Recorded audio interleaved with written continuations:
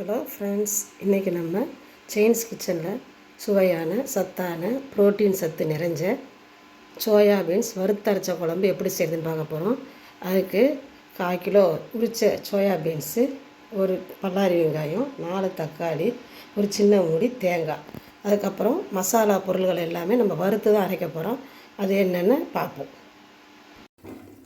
இப்போ இந்த சோயாபீன்ஸை குக்கரில் வச்சு கொஞ்சம் போல் உப்பும் மஞ்சத்தூளும் போட்டு வேக வைக்க போகிறோம். ஒரு 4 விசில் வச்சு வேக வச்சுட்டு மசாலா எல்லாமே நம்ம இன்றைக்கி வறுத்து தான் அரைக்க போகிறோம்.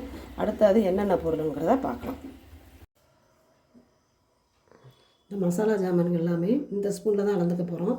இந்த ஸ்பூனில் 2 ஸ்பூன் மல்லி, 1 ஸ்பூன் சீரகம், 1 ஸ்பூன் மிளகு, 1 ஸ்பூன் துவரம்பருப்பு, 1 ஸ்பூன் கடலைப்பருப்பு, 1 ஸ்பூன் அரிசி, கொஞ்சோண்டு வெந்தயம், ஒரு 5 சின்ன வெங்காயம், 2 கருவேப்பிலை, கடைசியில் தேவையான அளவு காரத்துக்கு ஏற்ற மாதிரி வத்தல், இதெல்லாம் போட்டு ட்ரை ரோஸ்ட்டு தான் நல்லா வறுத்து எடுத்துட்டு கடைசியில் திருவி வச்ச தேங்காயம் போட்டு வறுத்து எடுத்து நல்லா விழுதாக அரைச்சிட்டு வந்துடணும்.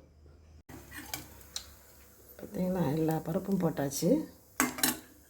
இப்போது இதெல்லாம் ட்ரை ரோஸ்ட் பண்ணிவிட்டு கடைசியில் அந்த அரை மூடி தேங்காய் சொன்னேன் இல்லையா, அந்த திருவி வச்ச தேங்காயும் போட்டு நல்லா வதக்கிட்டு ஆறின பிறகு நல்லா விழுதாக அரைச்சிட்டு வந்துடணும். அடுத்து நம்ம பார்ப்போம். இப்போது அடுப்பை நம்ம ஆன் பண்ணிவிட்டு வடை சட்டி வச்சு சூடானதும் 2 ஸ்பூன் எண்ணெய் ஊற்றி எண்ணெய் காஞ்ச உடனே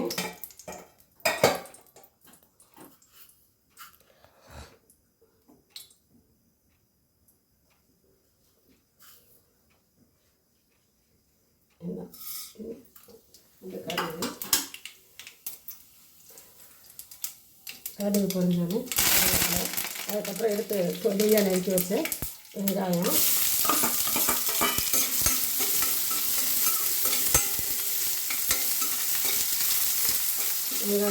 லேசாக வதங்கின உடனே தான் தக்காளி போடணும்.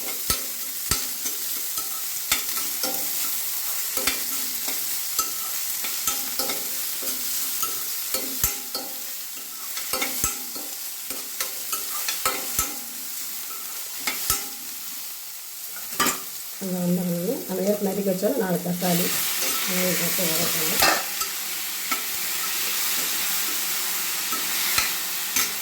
வதக்கும்போது குழம்புக்கு தேவையான கொஞ்சம் போல் ஊற்றி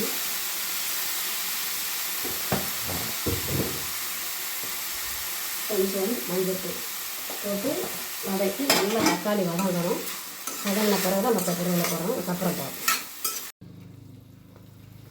தக்காளி வெங்காயம் வதக்கணும் இல்லையா, அந்த அளவுக்கு நல்லா தக்காளி வெங்காயம் நல்லா ஒன்றாகிற அளவுக்கு வதக்கின பிறகு நம்ம அரைச்சி வச்சுருந்த இந்த மசாலா பொடிக்கெல்லாம் சேர்த்து நல்லா ஊற்றிட்டு நல்லா கலந்து விட்டுட்டு நல்லா ஒரு 5 நிமிஷம் மசாலா வளர்த்தாலும் ஒரு 5 நிமிஷம் நல்லா கொதிக்க வைக்கணும்.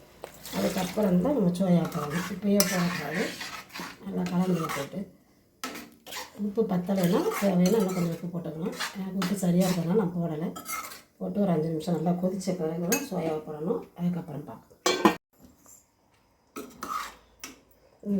இந்த மசாலாம் போட்டு நல்லா கொதிச்சிட்டு பச்சை வடை போனான்னு நல்லா வேக வச்சுருக்கேன் சோயாவையும் போட்டு நல்லா கிளறி இன்னொரு 5 நிமிஷம் கொதித்த பிறகு மல்லி இலை கருவேப்பிலை தூவி இறக்குனா நம்மளுக்கு சத்தான வறுத்து அரைச்ச சோயாபீன்ஸ் குழம்பு ரெடி. குழம்பு நல்லா முடிச்சிச்சு. கடைசியில் கொஞ்சோண்டு கருவேப்பிலை பொடியாக இருக்கிற மல்லி இலைகளை தூவி குழம்பு ஆஃபலை. அப்புறம் சுவையான சத்தான சோயா குழம்பு ரெடி. நல்லா சூடான சாதத்துலேயும் சாப்பிட்லாம், பூரி தோசைக்கு தொட்டு சாப்பிட்லாம். நல்லா டேஸ்ட்டாக சுவையாக இருக்கும்.